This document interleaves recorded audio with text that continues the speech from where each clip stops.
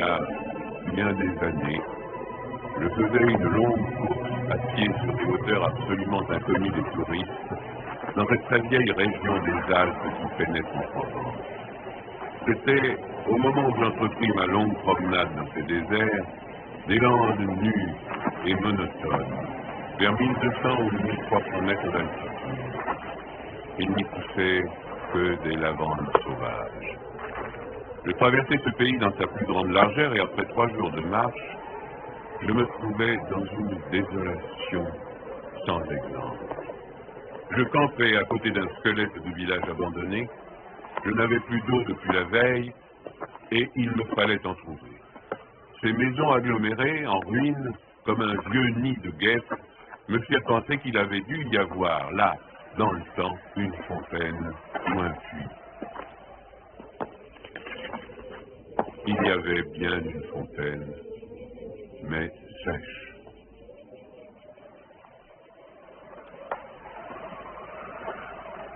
Les 5 à 6 maisons, sans toiture, rongées de vent et de pluie, la petite chapelle au clocher écroulé, étaient rangées comme le sont les maisons et les chapelles dans les villages vivants, mais toute la vie avait disparu.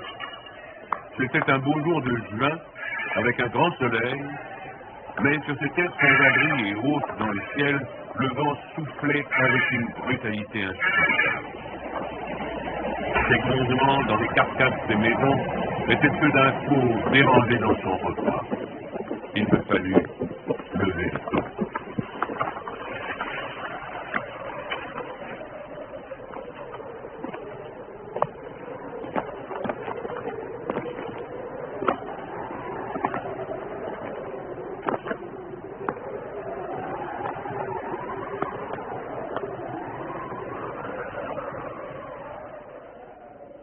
À 5 heures de marche de là, je n'avais toujours pas trouvé d'eau et rien ne pouvait me donner l'espoir d'en trouver.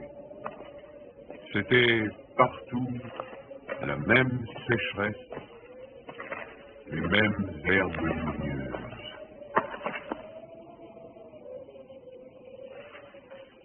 Il me sembla apercevoir, dans le lointain, une petite silhouette noire, debout.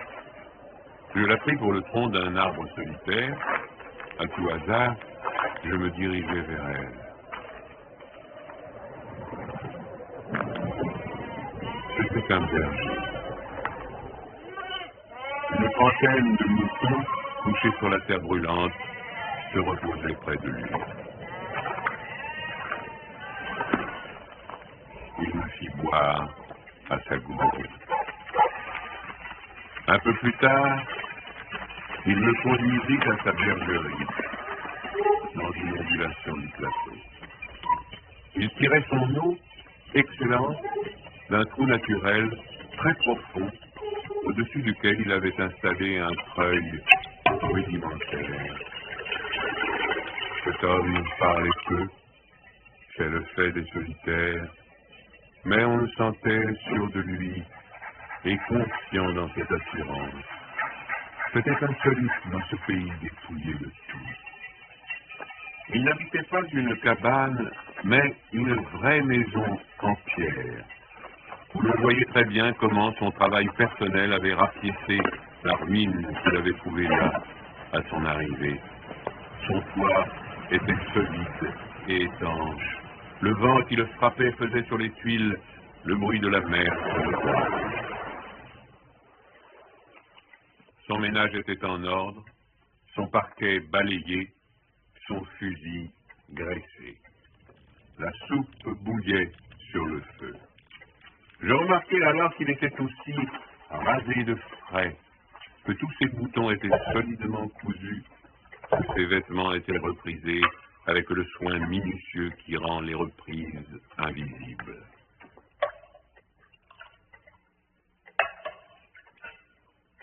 Il me fit partager sa soupe.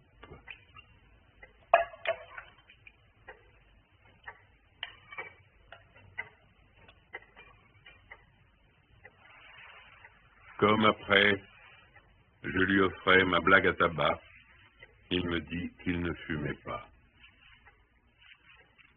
Son chien silencieux comme lui, était bienveillant sans bassesse.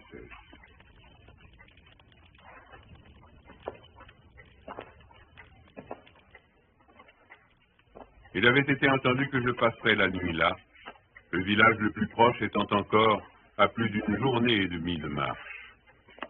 Je connaissais parfaitement le caractère des rares villages de cette région.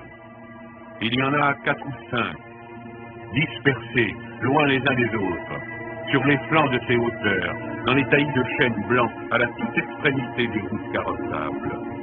Ils sont habités par des bûcherons qui font du charbon de bois. Ce sont des endroits ordinaires. Les familles, serrées les unes contre les autres, dans ce climat qui est d'une rudesse excessive, aussi bien l'été que l'hiver, exaspèrent leur égoïsme masculin. L'ambition irraisonnée qui démesure, dans le désir continu de s'échapper de cet endroit. Les hommes vont porter leur charbon à la ville, puis y retournent. Les plus solides qualités craquent sous cette perpétuelle douche écossaise. Les femmes mijotent des rancœurs. Il y a concurrence sur tout, aussi bien pour la vente du charbon de bois que pour le vent à l'huile, pour les vertus qui se combattent entre elles, pour les vices qui se combattent entre eux, et pour la mêlée générale des vices et des vertus sans repos. Le vent également sans repos irrite les nerfs, et il y a des épidémies de suicide et de nombreux cas de folie, presque toujours meurtrières.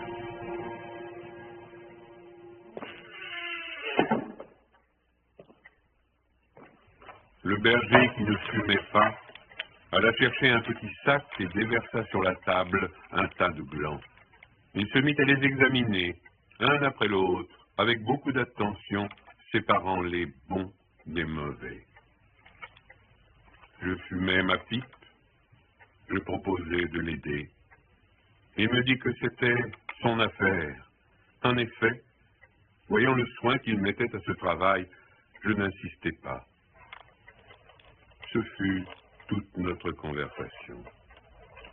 Quand il eut du côté des bons un tas de glands assez gros, il les compta par paquets de 10.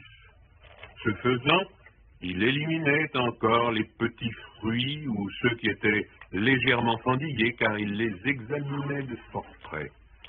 Quand il eut ainsi devant lui 100 glands parfaits, il s'arrêta et nous allâmes nous coucher. La société de cet homme donnait la paix. Je lui demandai le lendemain la permission de me reposer tout le jour chez lui. Il me trouva tout naturel, ou plus exactement, il me donna l'impression que rien ne pouvait le déranger. Ce repos ne m'était pas absolument obligatoire, mais il m'était intrigué, et je voulais en savoir plus. Il fit sortir son troupeau et le mena à la pâture. Avant de partir, il trempa dans un seau d'eau le petit sac où il avait mis les glands soigneusement choisis et comptés. Je remarquai qu'en guise de bâton, il emportait une tringle de fer grosse comme le pouce et longue d'environ 1,50 m.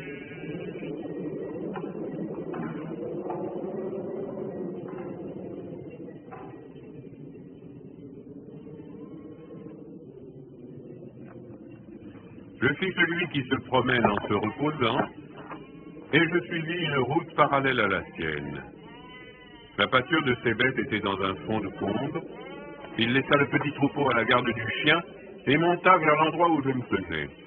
J'eus peur qu'il vînt pour me reprocher mon indiscrétion, mais pas du tout.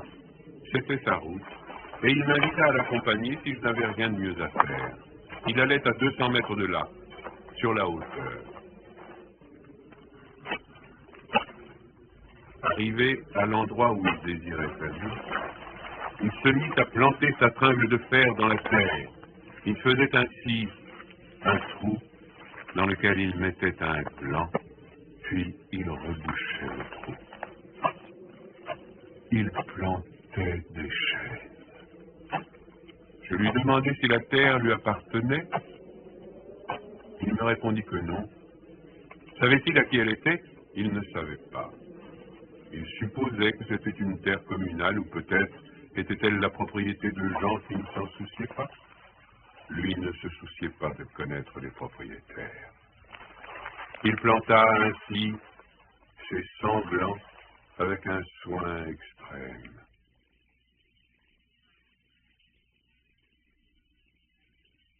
Après le repas de midi, il recommença à trier sa semence. Je mis, je crois, assez d'insistance dans mes questions, puisqu'il y répondit. Depuis 3 ans, il plantait des arbres dans cette solitude. Il en avait planté 100 000. Sur les 100 000, 20 000 étaient sortis. Sur ces 20 000, il comptait encore en perdre la moitié du fait des rongeurs ou de tout ce qu'il y a d'impossible à prévoir dans les destins de la Providence. Restaient 10 000 chênes qui allaient pousser dans cet endroit où il n'y avait rien de bas. C'est à ce moment-là que je me souciais de l'âge de cet homme. Il avait visiblement plus de 50 ans. 55, me dit-il. Il s'appelait Elzéar Bouffier.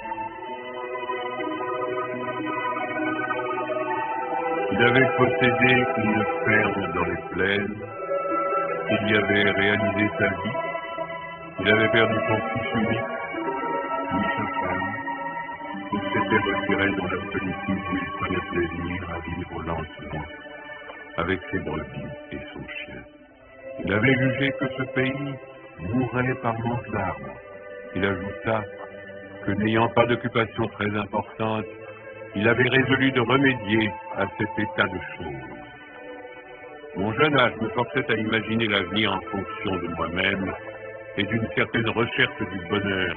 Je lui dis que dans 30 ans, ces 10 000 chênes seraient magnifiques. Il me répondit très simplement que si Dieu lui prêtait vie, dans 30 ans, il en aurait planté tellement d'autres que ces 10 000 seraient comme une goutte d'eau dans la mer. Il étudiait déjà la reproduction des haies, et il en avait près de sa maison une pépinière issue des frênes. Les sujets qu'il avait protégés de ses moutons étaient de toute beauté. Il pensait également à des bouleaux pour les ponts, où, me dit-il, une certaine humidité dormait à quelques mètres de la surface du sol. Nous nous séparâmes le lendemain. L'année d'après, il y eut la guerre de 14, dans laquelle je fus engagé pendant 5 ans. Un soldat d'infanterie ne pouvait guère y réfléchir à ça.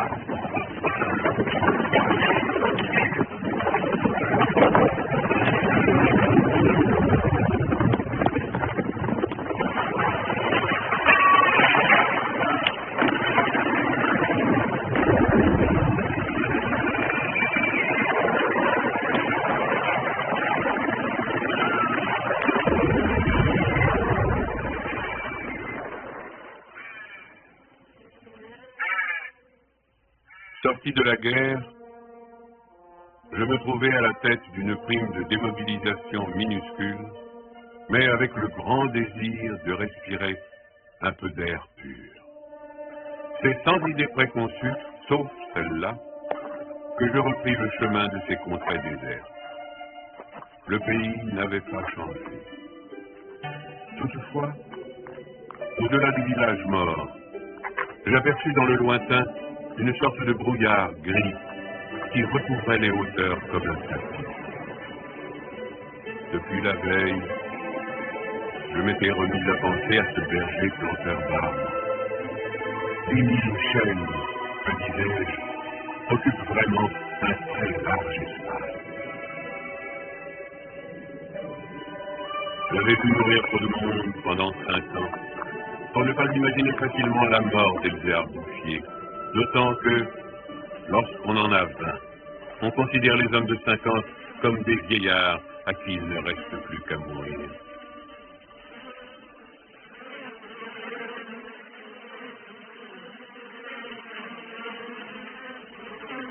Il n'était pas mort. Il avait changé de métier.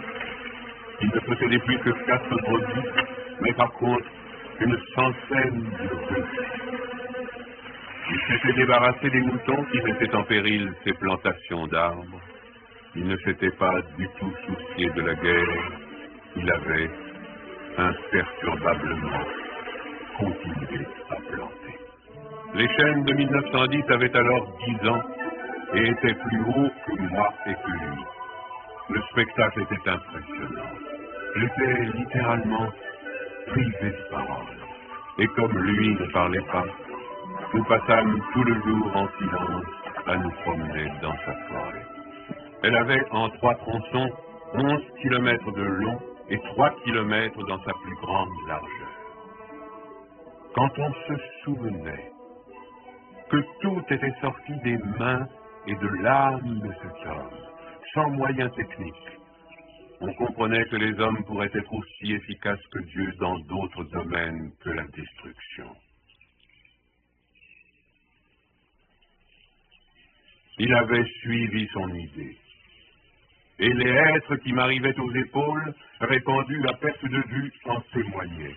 Les chênes étaient drus et avaient dépassé l'âge où ils étaient à la merci des rongeurs. Quant au dessein de la Providence elle-même, pour détruire l'œuvre créée, il lui faudra savoir comment les recours. Il me montra d'admirables bosquets de bouleaux qui dataient de 5 ans, c'est-à-dire de 1915, de l'époque où je combattais à Verdun. Il leur avait fait occuper tous les fonds où ils soupçonnaient, avec juste raison, qu'il y avait de l'humidité presque à fleur de terre. Ils étaient tendres comme des adolescents et très décidés. La création avait l'air d'ailleurs de s'opérer en chaîne. Il ne s'en souciait pas. Il poursuivait obstinément sa tâche, très simple. Mais, en redescendant par le village, je vis couler de l'eau dans des ruisseaux qui, de mémoire d'homme, avaient toujours été secs.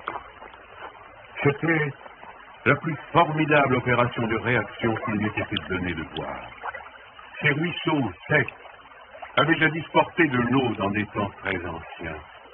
Certains de ces villages tristes dont j'ai parlé au début de mon récit s'étaient construits sur les emplacements d'anciens villages gallo-romains dont il restait encore des traces, dans lesquels les archéologues avaient fouillé et ils avaient trouvé des hameçons à des endroits où, au XXe siècle, on était obligé d'avoir recours à des citernes pour avoir un peu d'eau.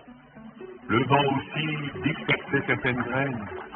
En même temps que l'eau réapparut, réapparaissaient les saules, les osiers, les prés, les jardins, les fleurs et une certaine façon de vivre.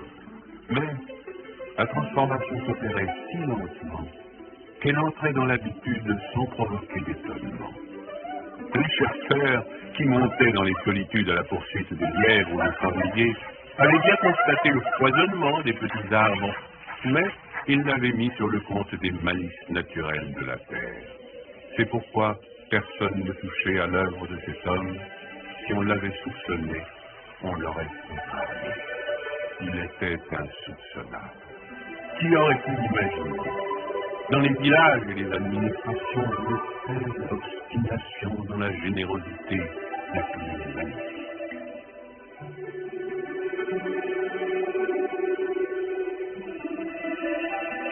À partir de 1920, je ne suis jamais resté plus d'1 an sans rendre visite à Elzéar Bouffier. Je ne l'ai jamais vu fléchir ni douter. Et pourtant, Dieu sait si Dieu m'aime tous. Je n'ai pas fait le compte de ses déboires. On imagine bien cependant que pour une réussite semblable, il a fallu vaincre l'adversité.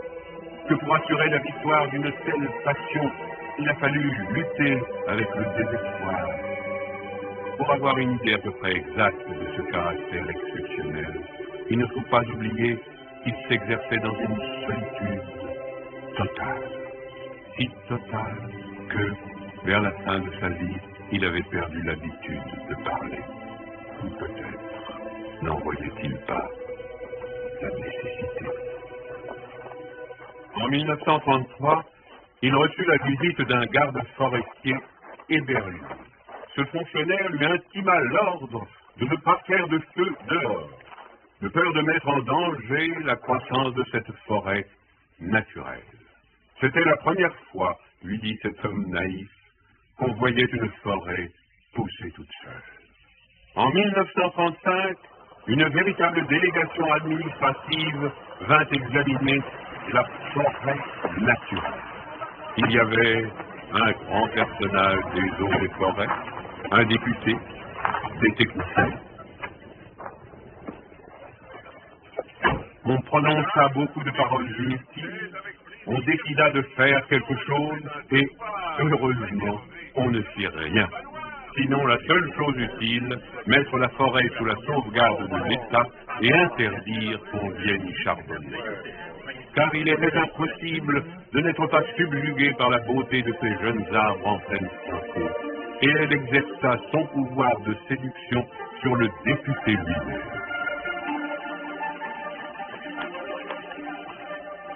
J'avais un ami parmi les capitaines forestiers qui était de la délégation. Je lui expliquai le mystère. Un jour de la semaine d'après, nous allâmes tous les deux à la recherche d'Elzéar Bouffier. Nous nous trouvâmes en plein travail, à 20 km de l'endroit où avait eu lieu l'inspection. Ce capitaine forestier n'était pas mon ami pour rien, il connaissait la valeur des choses.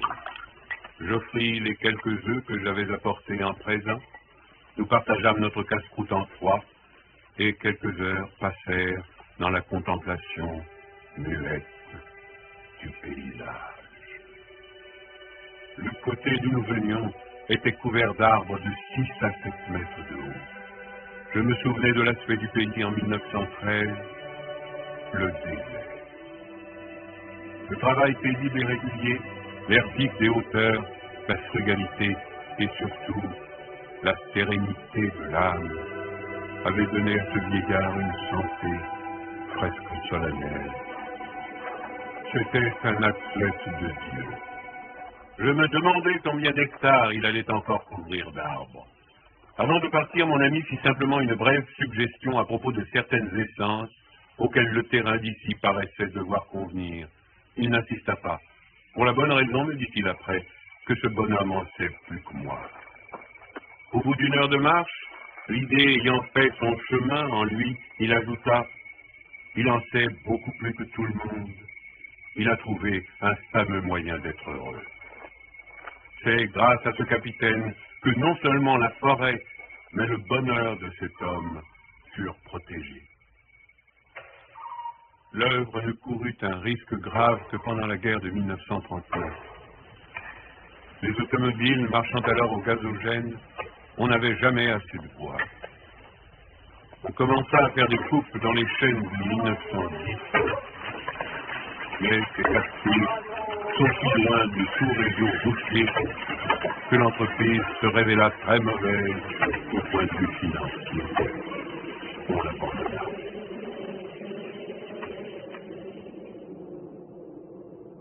Le berger n'avait rien vu. Il était à 30 km de là, continuant paisiblement sa besogne, ignorant la guerre de 39, comme il avait ignoré la guerre de 14.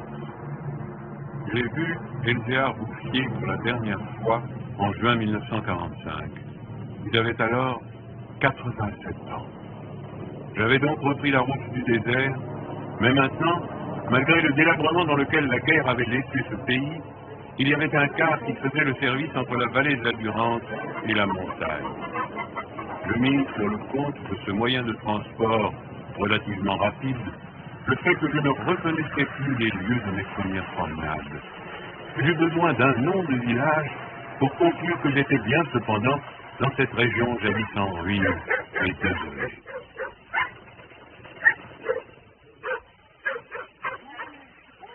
Le car me débarqua à Vermont. En 1913, ce hameau de 12 maisons avait 3 habitants. Ils étaient sauvages, se détestaient, vivaient de chaque piège. Leurs conditions étaient sans espoir. Tout était changé. L'air lui-même. Au lieu des bourrasques sèches et brutales qui m'accueillaient jadis, soufflait une brise souple, chargée d'odeurs. Un bruit semblable à celui de l'eau venait des hauteurs. C'était celui du vent dans les forêts. Enfin, chose plus étonnante, j'entendis le vrai bruit de l'eau coulant dans un bassin. Je vis qu'on avait fait une fontaine. Elle était abondante, et ce qui me toucha le plus, on avait planté près d'elle un tilleul, symbole incontestable d'une résurrection.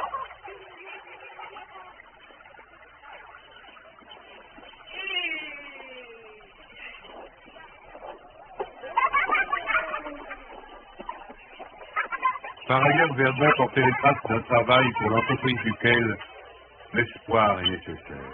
L'espoir était donc revenu.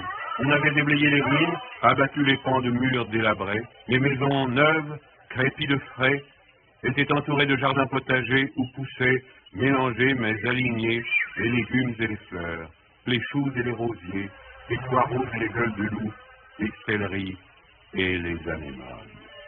C'était désormais un endroit où l'on avait envie d'habiter. À partir de là, je fis mon chemin à pied. La guerre dont nous sortions à peine n'avait pas permis l'épanouissement complet de la vie, mais Lazare était hors du tombeau.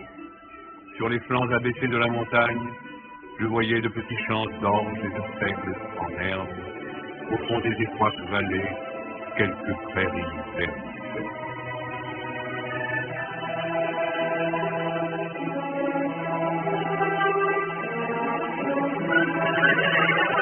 Il m'a fallu que les 8 ans qui nous séparent de cette époque pour que tout le pays resplendisse de santé et d'aisance.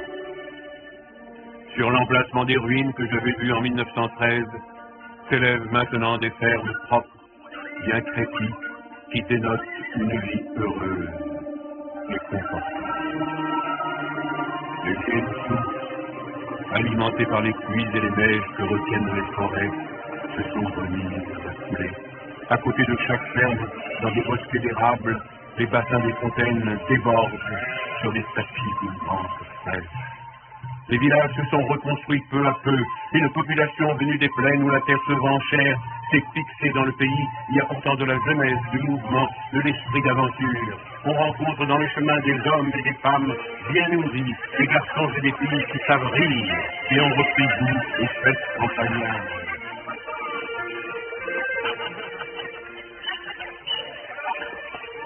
Si l'on compte l'ancienne population, méconnaissable depuis qu'elle vit avec douceur, et les nouveaux venus, plus de 10 000 personnes doivent leur bonheur à Edgard Bouffier. Quand je pense qu'un homme seul, réduit à ses simples ressources physiques et morales, a suffi pour faire surgir du désert ce pays de Canaan, je trouve que malgré tout, la condition humaine est admirable. Mais, quand je fais le compte de tout ce qu'il a fallu de constance dans la grandeur d'âme et d'acharnement dans la générosité pour obtenir ce résultat, je suis pris d'un immense respect pour ce vieux paysan sans culture qui a su mener à bien cette œuvre digne de Dieu. Edgard Bouffier est mort paisiblement en 1947 à l'hospice de Banon.